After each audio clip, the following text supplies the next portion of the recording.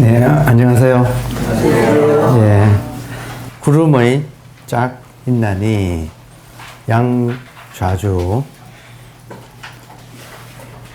여러분, 구름이 되게 청산과 백운, 선방에 가면 이렇게 붙여놨어요.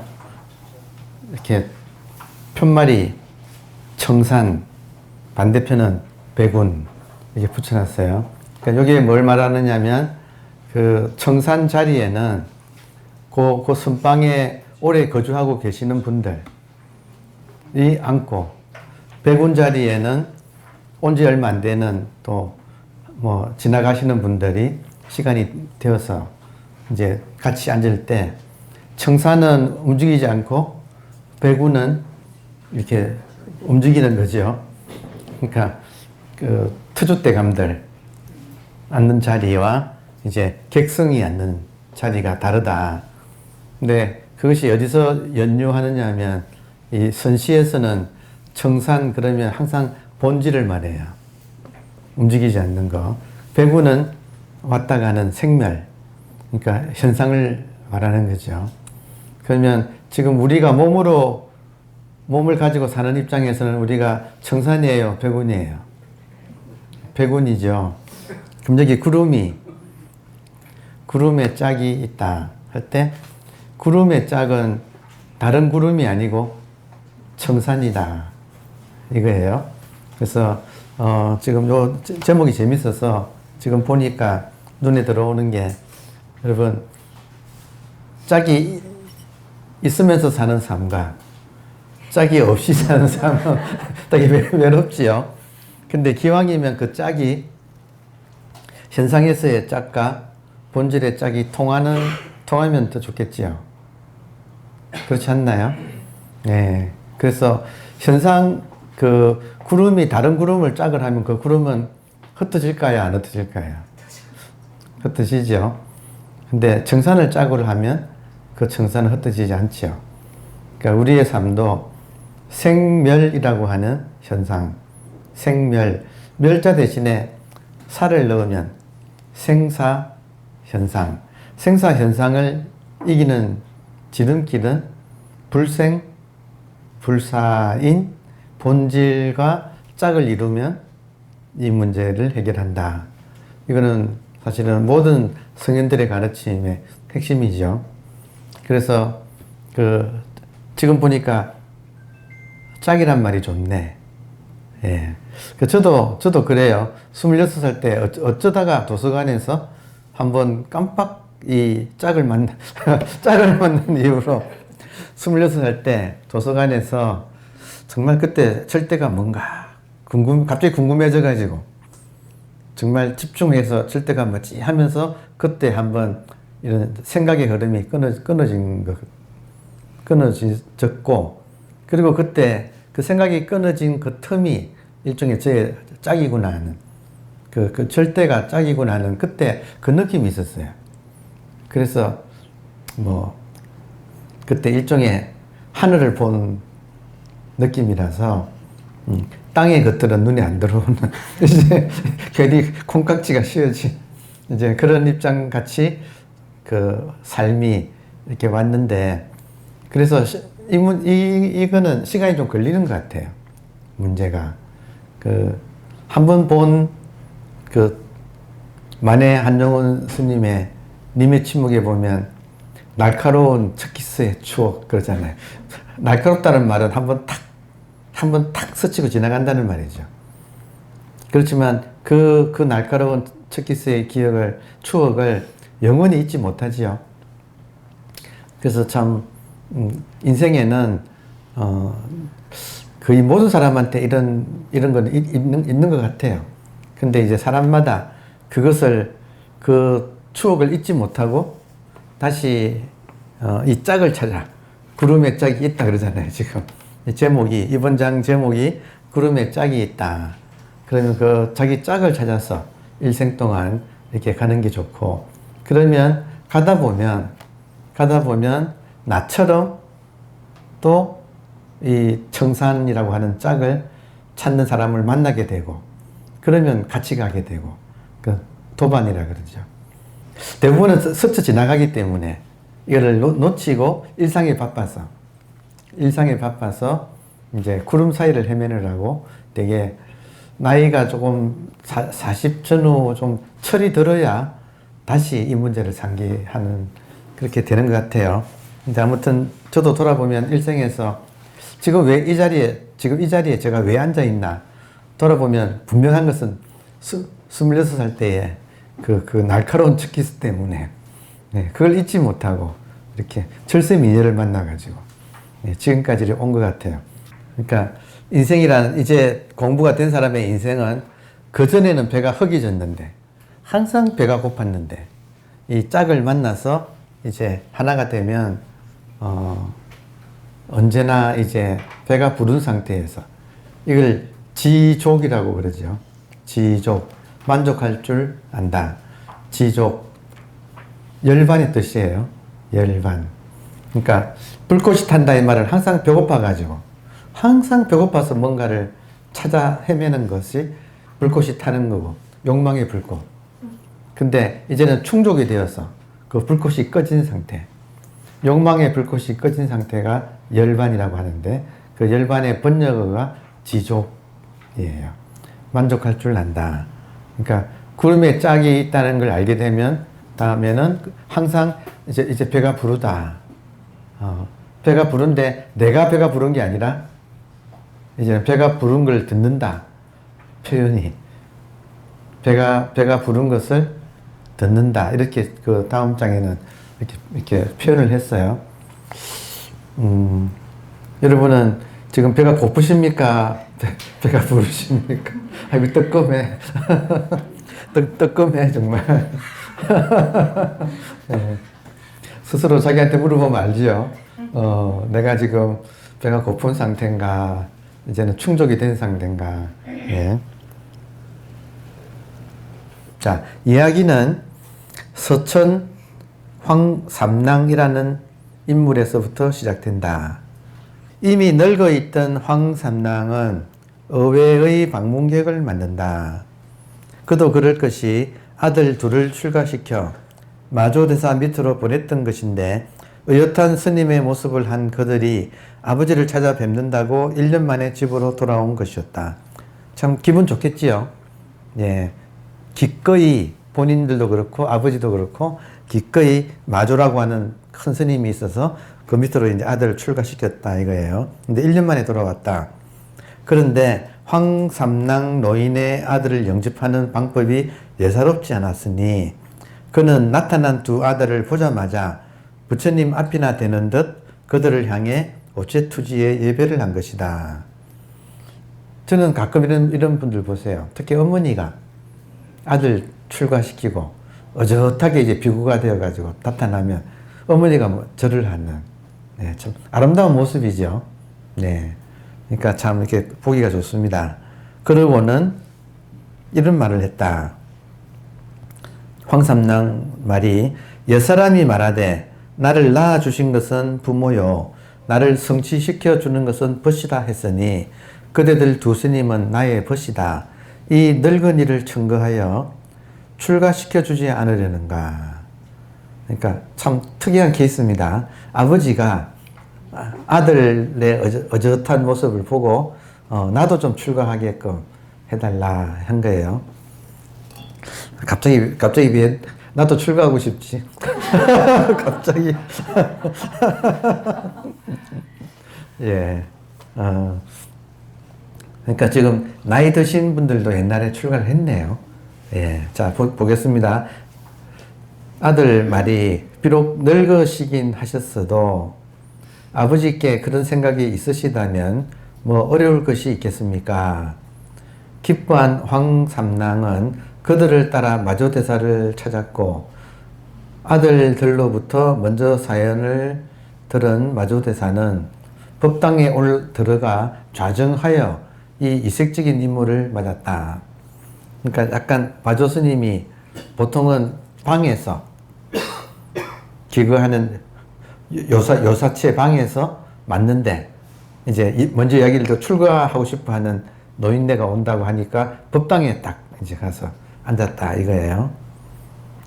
가끔 저도 기억이 나는 게 제가 예전에 아는 친구를 통해서 친구가 어느 스님 한번 보러 가자고 해서 이제 좋다고 하고 간 적이 있어요.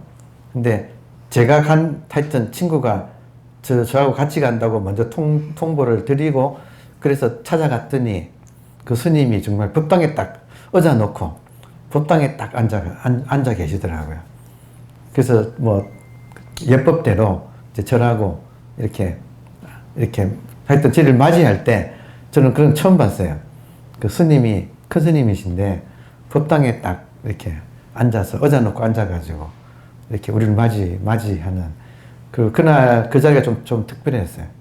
네. 무슨 하여튼 인연이 있었어요. 하여튼. 근데 아무튼 이것도 하나의 예법이네요. 보니까 조금 그렇게 특별한 손님 맞을 때는 방에서 안 맞고 법당에 나가서 손님을 이렇게 맞이했구나 이게 보이네요. 자, 그리하여 황삼랑이 법당 앞에 나타나는 것을 보자 못마땅한 듯 혀를 차면서 물었다. 자, 이제 거량이 들어가는 거죠. 젊은 사람이 출가하는 게 아니라 나이 드신 노인네가 이렇게 출가한다고 찾아오니까 테스트, 당연히 한번 무게가 얼마인지 한번 재보겠죠. 자, 첫 번째, 서천 황삼랑이란 바로 그댄가. 이때 서천 황삼랑이라는 사람이 바로 그대인가 할 때 여러분 이런 질문 받으면 어떻게 했어요? 내가 황아무개라고? 이제 여기에 첫 마디에 다른 사람 만나는 게 아니라 마조 같은 사람 만날 때는 이런 질문 하나하나가 항상 이중적인 질문이라는 거 아시겠죠? 자기가 자기를 현상으로 보느냐 본질로 보느냐 하는 자기 존재의 무게 중심이 어디 있느냐에 따라서 답이 다르다 이거예요. 그러니까 이런 질문은 당신이 황아무개요 할 때 황아무개는 현상이죠. 그러니까 자기가 본질이 확고한 사람이라면 또 다른 질문 다른 식으로 답을 할 수가 있죠. 하여튼 부처님이 그러셨잖아요. 부처님이 처음 깨닫고 지나가다가 옛날에 그 부처님을 알던 같이 고행하던 수행자가 고타마야에 어디로 가는가 하니까 부처님이 나를 고타마라 부르지 말라. 나는 붓다다. 지금 현상과 본질이 지금 다른 거 아시겠어요? 부처님은 당당하게 나를 현상으로 부르지 말라. 나는 본질이다. 이렇게 말씀하셨다 이거예요.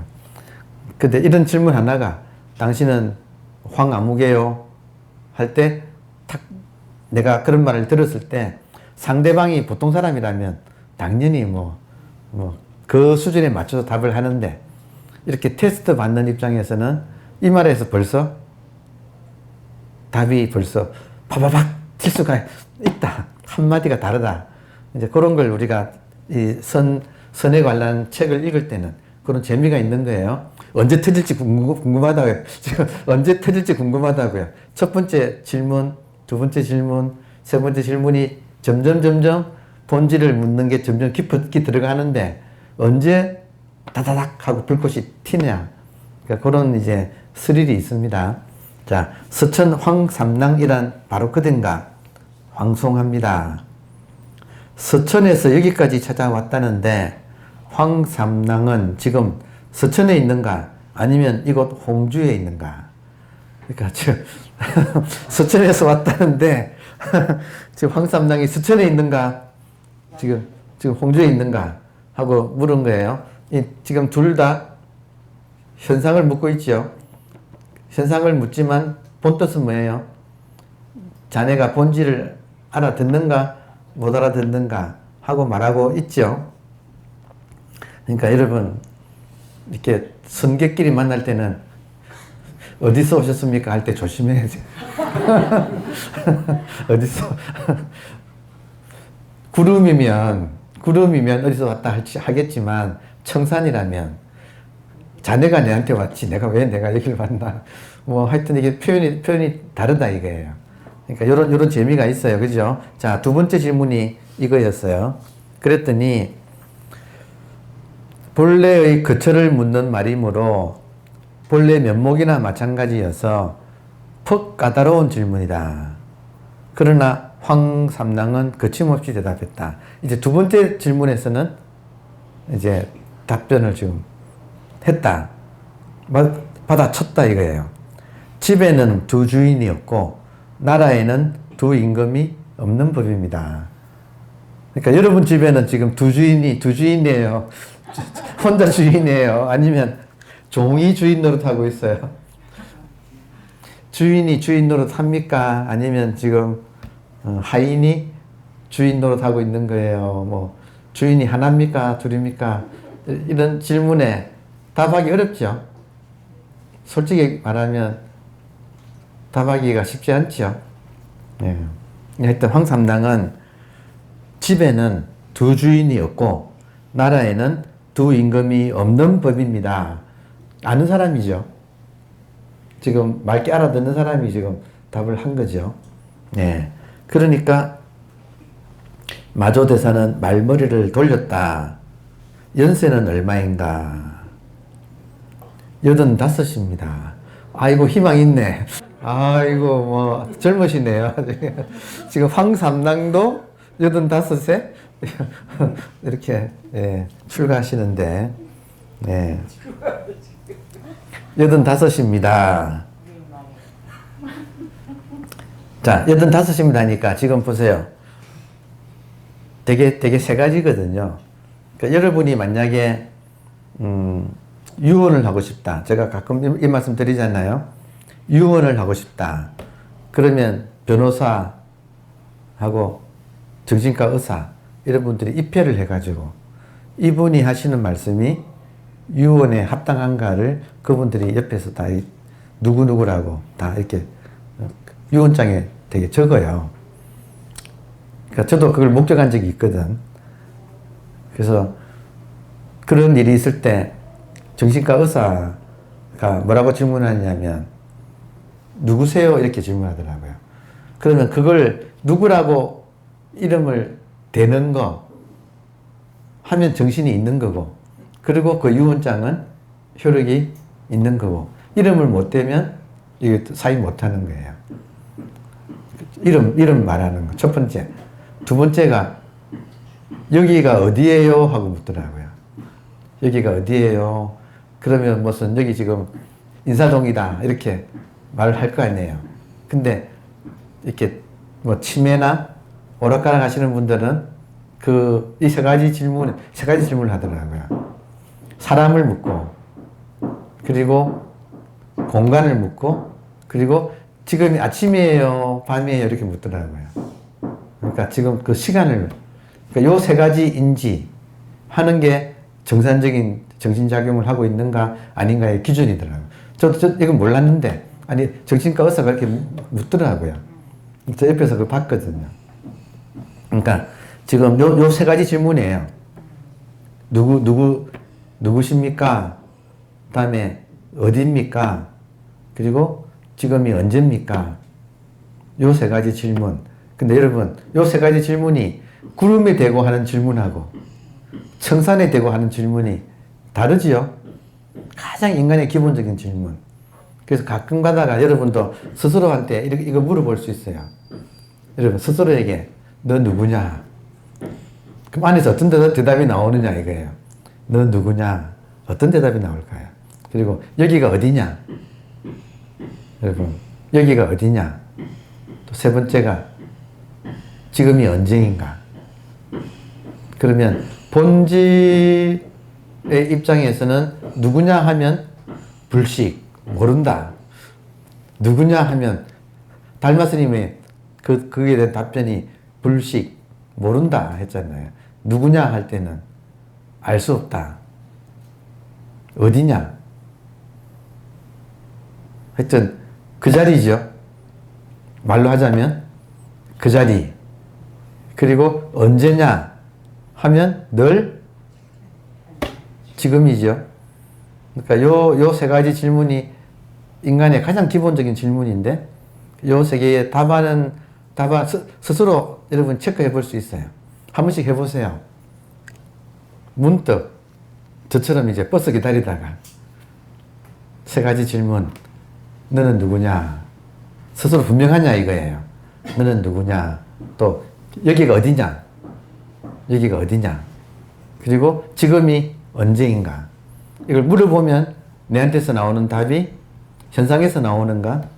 본질에서 나오는가? 그러니까 부처님처럼 자신 있게 나를 고타마라고 부르지 말라. 나는 나를 붓다라고 불러라. 이때 붓다는 개인의 이름이 아니고 깨달은 자라는 뜻이거든요. 그러니까 그렇게 내가 당당하게 말할 수 있는가? 이제 그렇게 말하는 게 지금 목표지요. 공부의 목적이죠. 네, 그럼 이런 걸 자기한테 비춰보면 재미있습니다. 자, 연세는 언제인가? 연세는 얼마인가 하니까 85입니다. 하니까 또 마저의 질문은 비록 그렇다 해도 어떤 연세를 해인 것이 85이라는 것인가? 85이라는 그 세월을 한번 보여줘 봐라. 이러면 참 탁 막히겠죠. 그러니까 85세라고 하는 85년이 도대체 무엇을 헤아려 가지고 85년이라고 하는 것인가 하는 질문을 한 거예요. 본래 면목을 진정한 자기라 할 때에는 항상 없는 그것에, 형상 없는 그것에, 형상 없는 그것, 나이가 있다고 할 것인가 없다고 할 것인가. 단제라고 하는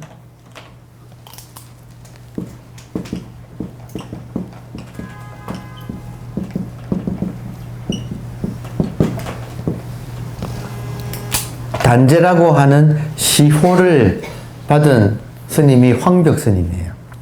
이거는 왕이 돌아가셨을 때 혹은 이제 특별하게 되게 돌아가시면 고승한테는 내리는데 그 전에라도 특별한 인연이 있으면 왕이 시호를 하거든요.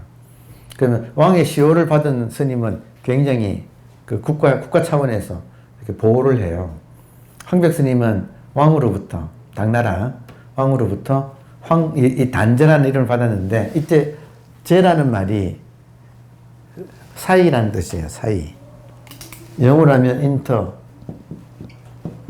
사이, 제. 그래서 국제 그러면 국가와 국가 사이, 인터내셔널 그러잖아요. 그래서 이 제라는 말은 한자로 사이라는 뜻이고, 단은 끈을 다니잖아요. 단제라고 하는 말은 사이를 끊는다.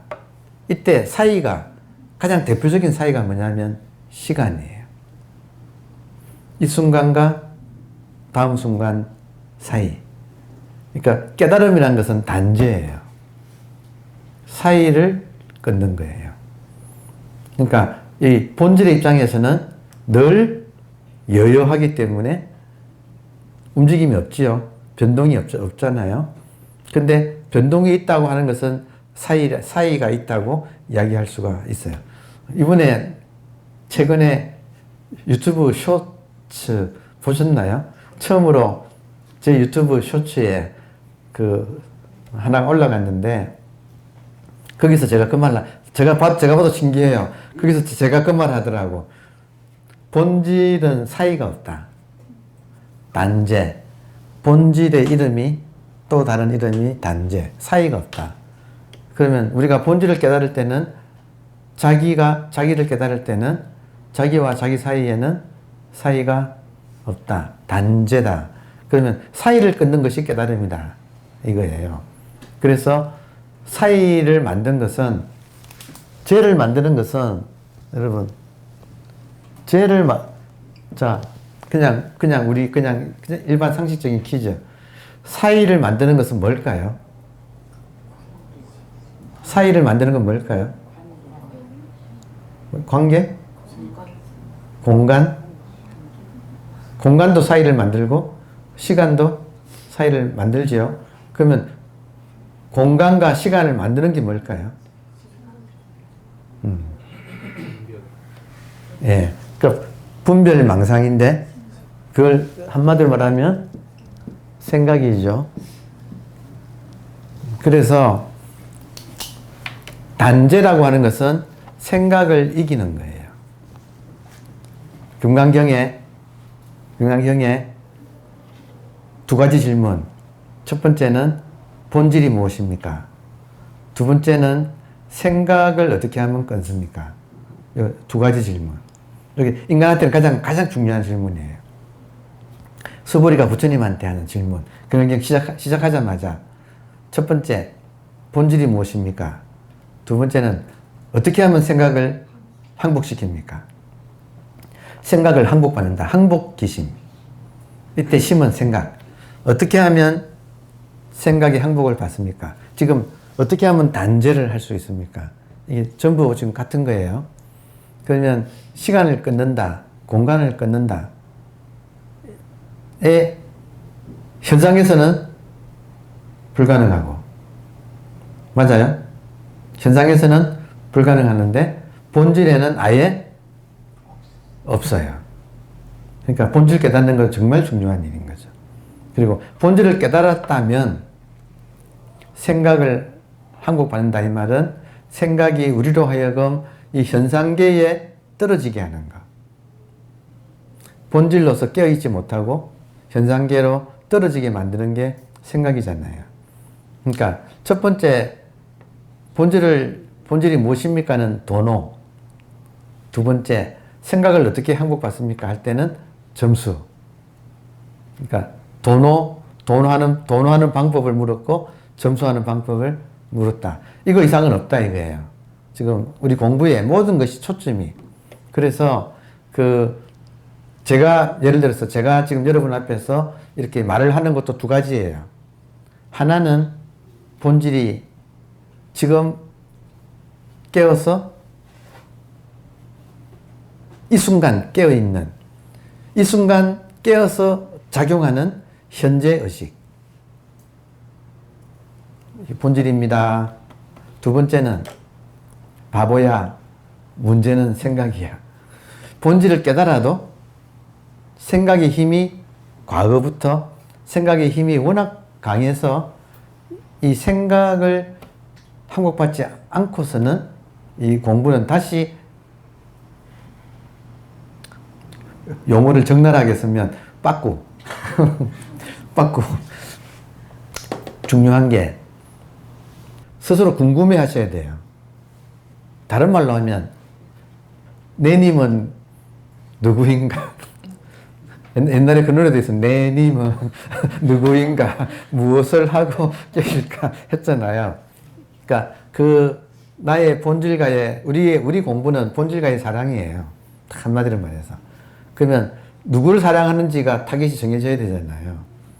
그러면 지금 내 님을 사랑하는데 그 님을 구체적으로 막연하게 해가지고는 안 되니까 구체화시켜야 한다. 이게 이제 첫 번째라면 그러면 그것은 그러니까 본질을 깨달을 때는 여러분이 스스로 궁금해 하셔야 되고 그리고 그 궁금함이 있는 사람이라면 결국에는 궁금함이 커져가지고 어느 순간 꽃을 보거나 뭐 지나가는 새소리를 듣거나 이렇게 법문을 듣거나 아니면 여러분이 무슨 설거지를 하거나 산책을 하거나 간에 한번 이거구나 하고 스스로 한번 확인한다. 그 다음인 거예요. 그래서 바보야, 문제는 생각을 항복받는 거야. 그래서 그 뒤에 생각을 항복받는 방법은 제가 여러분께 누누이 말씀드리는 게 여기 강의장에서 제가 지금 깨어있는 이 의식을 모르는 사람 손 들어보세요 하면 아무도 손 안 들거든요. 이쯤 되니까 여기 처음 오시는 분 아니라면 이제는 모르는 사람 손 들어보세요 그러면 거의 손을 안 들더라고요.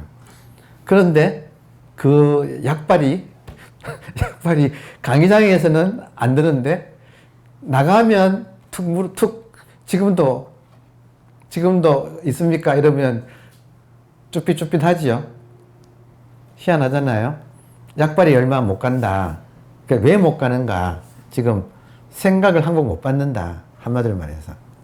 그래서 정말 중요한 공부는 본질을 알아채는 것은 50%고 나머지 50%, 아니 49%고 더 중요한 것은 51%는 생각을 항복받는 거예요. 그러면 생각을 언제 항복받는가? 제일 중요한 거. 왜 우리들이 머리로는 아는데 여기서는 아는데 돌아서면 다시 잊어버리는가? 그것은 몸이 기억하지 않아서 그래요. 가장 지금 오늘 중요한 대목. 몸이 기억하지 않으면 돌아서면 까먹어버려요. 그래서 모든 운동한 사람은 아시겠지만 운동할 때 예를 들어서 그 공을 칠 때 가장 방해하는 게 뭐냐면 생각이에요. 이해되나요? 이렇게 딱 막상 당했을 때 생각이 들어오면 몸이 굳어버린다, 사실. 그러면 이게 제대로 안 맞아요. 근데 매일 연습하니까 몸이 기억해서 그 앞에 가면 생각할 필요가 없어요. 이 말을 하더라고요. 지금 이해되세요?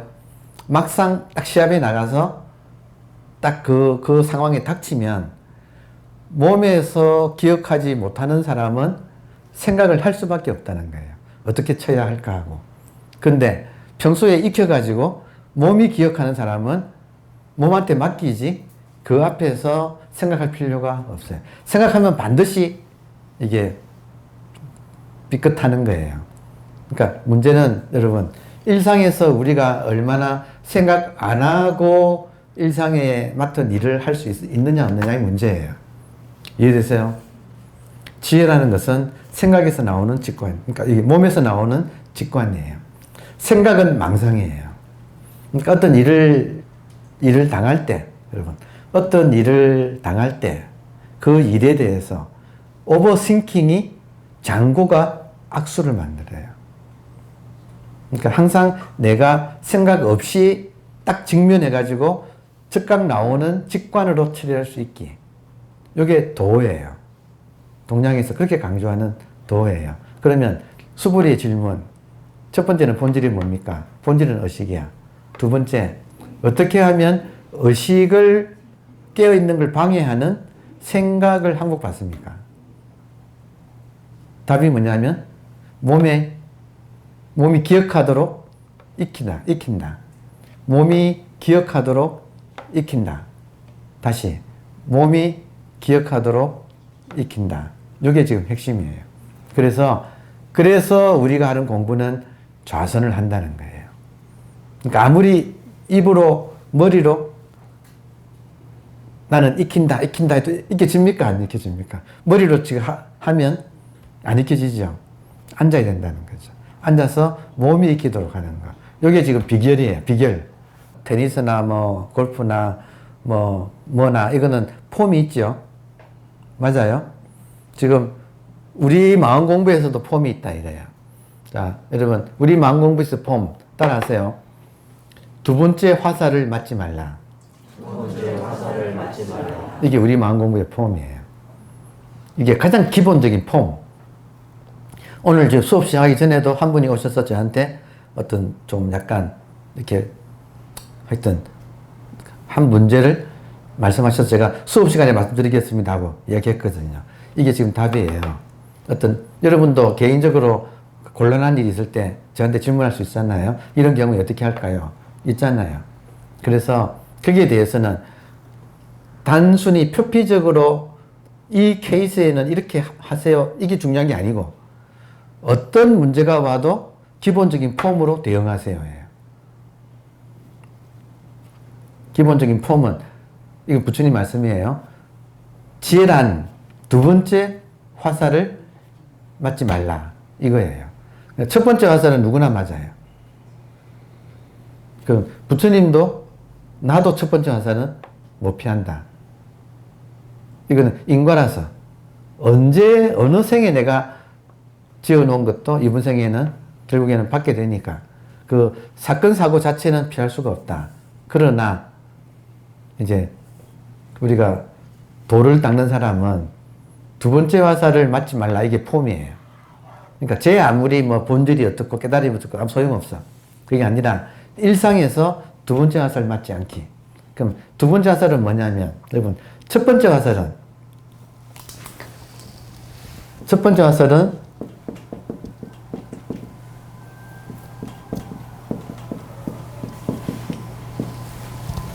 첫 번째 화살은, 우리가 맞는 첫 번째 화살은 부정적인 생각이에요. 자, 부정적인 일은 여러분, 밖에서만 옵니까? 안에서도 옵니까? 안에서도 오지요. 밖에서 누가 욕을 했다.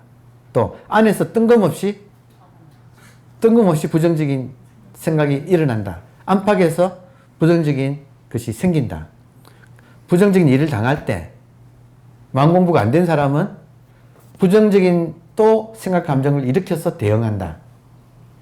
그러면 지금 우리 공부에서는 몸이 기억한다는 건 뭐냐면, 부정적인 것이 밖에서나 안에서나 일어났을 때, 몸이 거기에 대해서 나는 어떤 경우라도 부정적으로 반응하지 않겠다. 다른 말로 돌리면 나는 이것을 긍정으로 돌리겠다. 일단 반응 자체를. 근데 이거를 말로 하는 게 아니고 실천하는 거. 이게 다예요. 마음 공부에서 우리가 왜 깨달으려고 하는가? 이거 하자고, 지금 이거 하자고 우리 공부하는 거예요. 깨달음 자체가 목표가 아니에요. 깨달음은 텅 비어 있어서 우리가 거기서 1초도 머물 수 없어요. 그쪽은. 우리가 머무는 곳은 현상이에요. 현상에서의 가장 중요한 것은 인간의 행복이잖아요. 행복의 비결은 내 안에서 부정적인 감정을 일으키지 않는 거예요. 그러면 그것을 이런 원리를 알았다고 해서 되느냐? 아니고 진짜 틈만 나면 연습을 해야 돼. 그런데 너무 좋은 게 여러분, 가만히 앉아 있어도 부정적인 생각이 올라와. 여러분 안 그래요? 모든 사람이 부정적인 것에 약간 중독되어 있어요. 그러니까 심심하다 싶으면 혼자 심심할 때 그걸 못 참고 드라마를 트네. 그 드라마는 반드시 이 드라마라는 말 자체가 지지고 볶는다는 뜻이에요. 그럼 그걸 보는 순간 왜 그 많은 사람들이 돈을 내고 시간을 내고 드라마를 보는가? 안에 부정적인 감정이 자꾸 그걸 불러와요. 거기에 대해서 대꾸를 해주면서 이 산업이 커지는 거예요.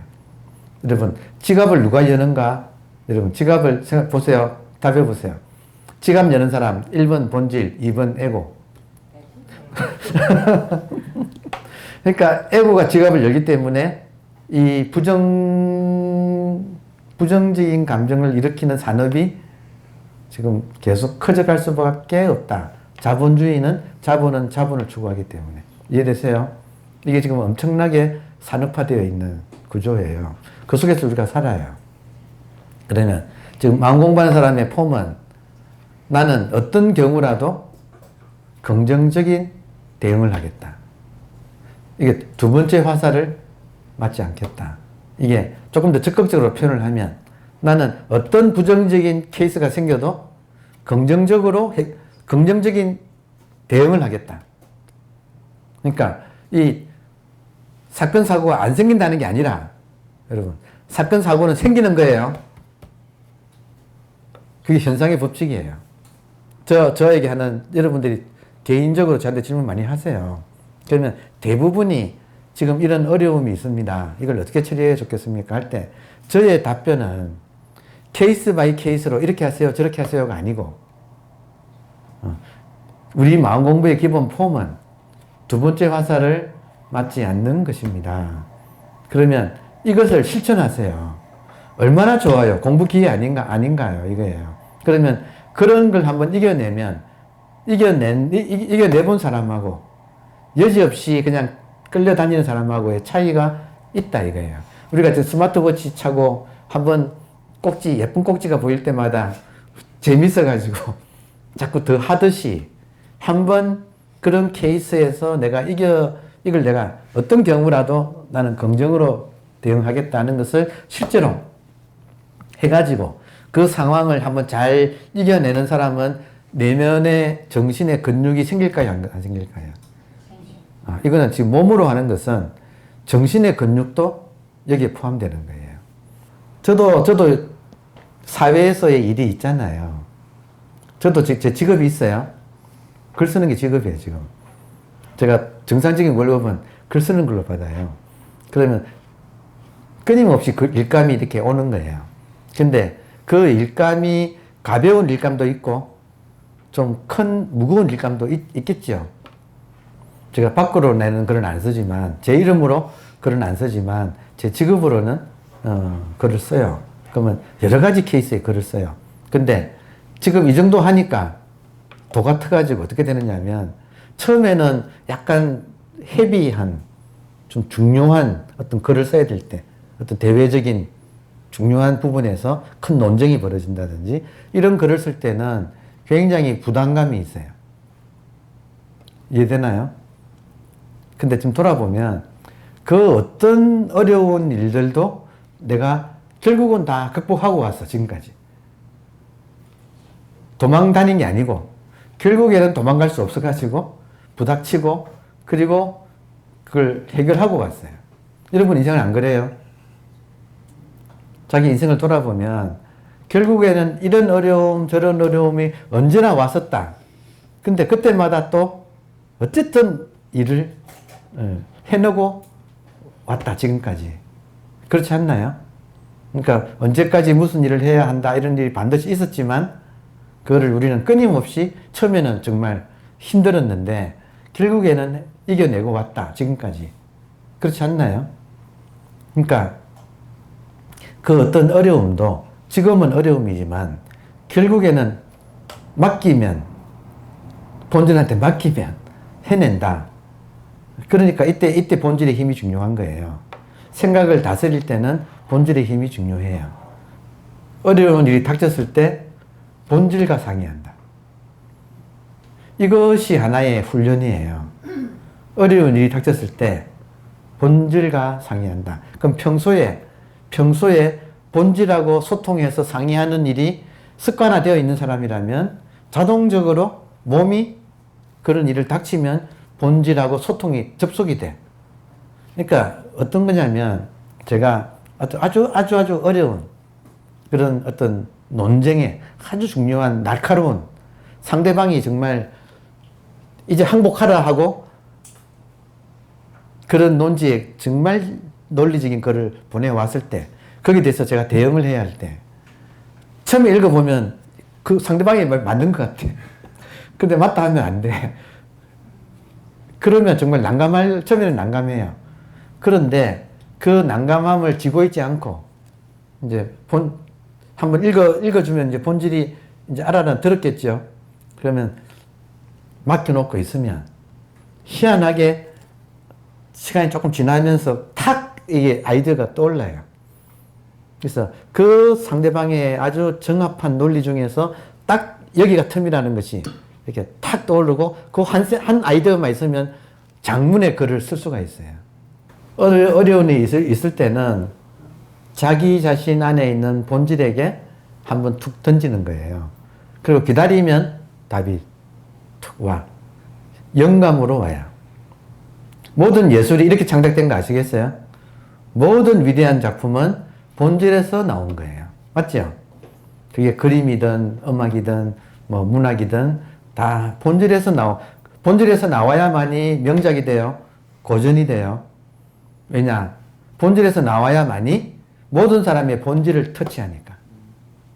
감사합니다.